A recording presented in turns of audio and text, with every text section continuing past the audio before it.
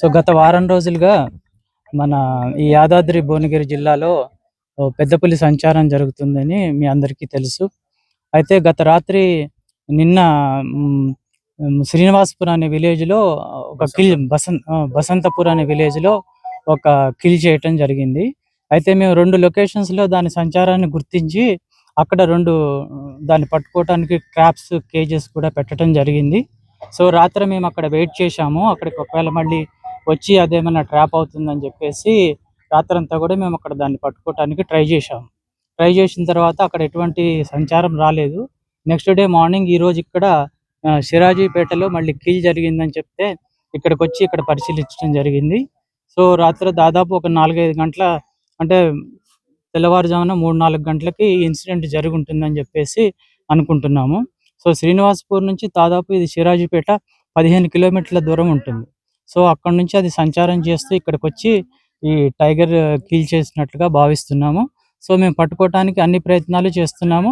So మన జిల్లాలోని ప్రజలందరూ కూడా కొంచెం ఏదైతే ప్రదేశాల్లో ఇది సంచారం చేస్తుందో వాళ్ళందరూ కూడా కొంచెం తెల్లవారుజామున కానీ కొంచెం లేట్గా బయటికి పొలాల్లోకి వెళ్ళవలసిందిగా మేము విజ్ఞప్తి చేస్తున్నాము. సో వీటిని పట్టుకోవడానికి మేము మా పై అధికారుల నుంచి వచ్చిన ఆదేశాల ప్రకారము అన్ని ప్రయత్నాలు చేస్తున్నాం. Thank you. ఇప్పటి వరకు 17 తారీఖు నుంచి ఇప్పటి వరకు దాదాపుగా ఒక 5-6 కిల్స్ అయినాయి. 5 కిల్స్ అయినాయి. 5 కిల్స్ అయినాయి. అంటే ఫారెస్టర్లు నిర్లక్ష్యం చేస్తారు రైతులు. ఇక్కడ నిర్లక్ష్యం అనేది మీరు ఒక క్షణం ఆలోచించాలి. పెద్ద పులి అనేది చాలా తెలివైన జంతువు. సో అది మనం వేరే జంతువుని పట్టుకున్న విధంగా మనం పట్టుకోవటం అనేది దాని చాలా అతి కష్టమైన పని. సో మేము ఎక్కడైతే మనకు కిల్ జరిగిందో అక్కడ తెల్లవారులు కూడా మా టీంలు, రెస్క్యూ టీంలు 2 హైదరాబాద్ నుంచి 2 వచ్చాయి. అవన్నీ కూడా ఆ వ్యాన్లు కూర్చొని కేజ్ పట్టుకోవటానికి మేము ప్రయత్నిస్తున్నాం. సో కాబట్టి ఎటువంటి నిర్లక్ష్యం కానీ లేదండి. సో కంపల్సరీగా మా ప్రయత్నాలన్నీ చేసి మేము దాన్ని పట్టుకోవడానికి ట్రై చేస్తాం. పెద్ద పులిని పట్టుకోవడానికి ఎన్ని రకాల ప్రయత్నాలు చేస్తాం? అంటే మొదటగా మాకు వచ్చినటువంటి ఇన్స్పెక్షన్ ప్రకారము మనం కేజెస్ పెట్టి కేజీలో దాన్ని ట్రాప్ చేయడానికి ట్రై చేస్తున్నాము.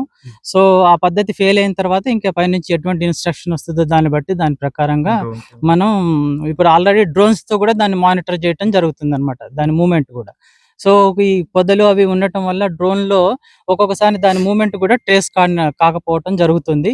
సో డ్రోన్ కెమెరాతో కూడా దాన్ని మానిటరింగ్ ఎటు మూమెంట్ జరుగుతుంది, ఎక్కడ జరుగుతుంది అనేది మీరు గమనించవచ్చు. ఇప్పుడు మాకు తెల్లవారుజామున జస్ట్ ఇప్పుడు 4 o'clock మాకు 6-7కి మాకు ఇన్ఫర్మేషన్ వస్తే వితిన్ 1 hour లోపు మేము ఇక్కడ మన స్పాట్ రీచ్ అయ్యి మా వాళ్ళందరూ కూడా, మా సిబ్బంది అంతా కూడా ఇక్కడికి వచ్చి ఇక్కడ మానిటర్ చేయడం జరుగుతుంది. సో కాబట్టి ఇటువంటి నిర్లక్ష్యం లేదండి. అన్ని చోట్ల నుంచి ఈ ప్రయత్నాలు కాకుండా ఇప్పుడు కూడా దొరకకపోతే ఫైనల్ గా ఏం చేస్తారు? ఇంకేమన్నా ఏర్పాట్లు? అంటే ఫైనల్ అంటే అది ఇప్పుడు మన ట్రాంక్యులైజేషన్ ప్రొసీజర్ అనేది ఉంటుంది. అది మరి అది దాన్ని ఎలా అనేది సెంట్రల్ గవర్నమెంట్ నుంచి పర్మిషన్స్ అవన్నీ వస్తే దాని ప్రకారంగా మనం దాన్ని చేస్తామన్నమాట. సో ప్రస్తుతానికైతే ప్రజలందరూ కూడా కొంచెం అలర్ట్గా ఉండి సహకరించాలని మేము కోరుతున్నాం. ఎందుకంటే వాళ్ళందరూ కూడా తెల్లవారుజామున 6 గంటలకి, 7 గంటలకి, మళ్ళీ 5 o'clockకి వాళ్ళు ఈ పొలాలకు వెళ్ళే అలవాటు ఉంటుంది. సో అట్లాంటి అలవాటు కాకుండా వాళ్ళు కొంచెం లేట్గా 9-10కి కొంచెం సూర్యుడు బయటకు వచ్చిన తర్వాత వాళ్ళందరూ కూడా బయటకు వస్తే కొంచెం ఎటువంటి ఇబ్బంది జరగకుండా ఉంటుంది.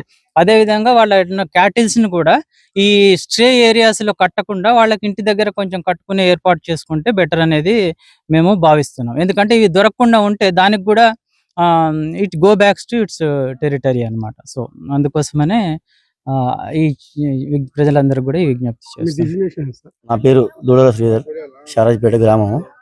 రోజులాగానే ఇక్కడ మేత మేసి ఇక్కడే కట్టేస్తాం ఆవులను. నిన్న నైట్ కూడా షారాజ్పేట గ్రామంలో సర్పంచ్ గారు చాటింపు పెట్టారు, పెద్ద పులి కలగాలం ఉందని చెప్పేసి. మేము కూడా జాగ్రత్తగా ఉన్నాం, కానీ ఈ ఏరియాలో వస్తా అనుకోలేదు. నైట్ వచ్చి ఏ టైంకు ఆవుల మీద అటాక్ చేసి గొంతు నలిపి రక్తం తాగి ఆవును చంపేసింది. పోలీసు వాళ్ళు వచ్చారు, ఫారెస్ట్ వాళ్ళు వచ్చారు, సర్చింగ్ చేస్తారు.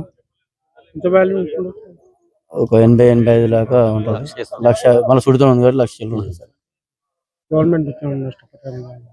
ఇస్తే బాగానే ఉంటుంది సార్. రైతుల మేము వాటి మీద ఆధారపడి బతాం కాబట్టి. షారాజ్పేట సర్పంచ్ని. మన జిల్లాలో పులి సంచరిస్తుందని మనం రోజు వార్తలలో వింటూనే ఉన్నాం. నిన్న శ్రీనివాసపురం, కుల్నపాక అక్కడక్కడ లేగదూడలను గొంతుకొని తిన్న ఆనవాళ్ళు చూసి ఇక్కడికి నైట్ డబ్బు సాటింపుకినే చేసాం ఊర్లో.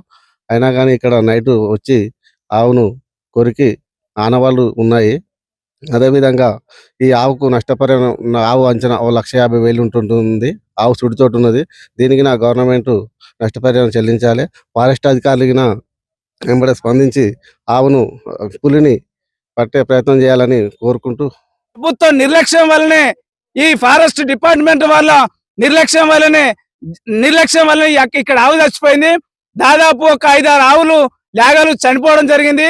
ఇవన్నిటిని దృష్టిలో పెట్టుకొని ఈ చనిపోయినటువంటి రైతులకు ఆవులు గాని లేగలు గాని చనిపోయినటువంటి రైతులకు అందరికీ నష్టపరిహారం చెల్లించాల్సిందిగా కోరుతున్నాను.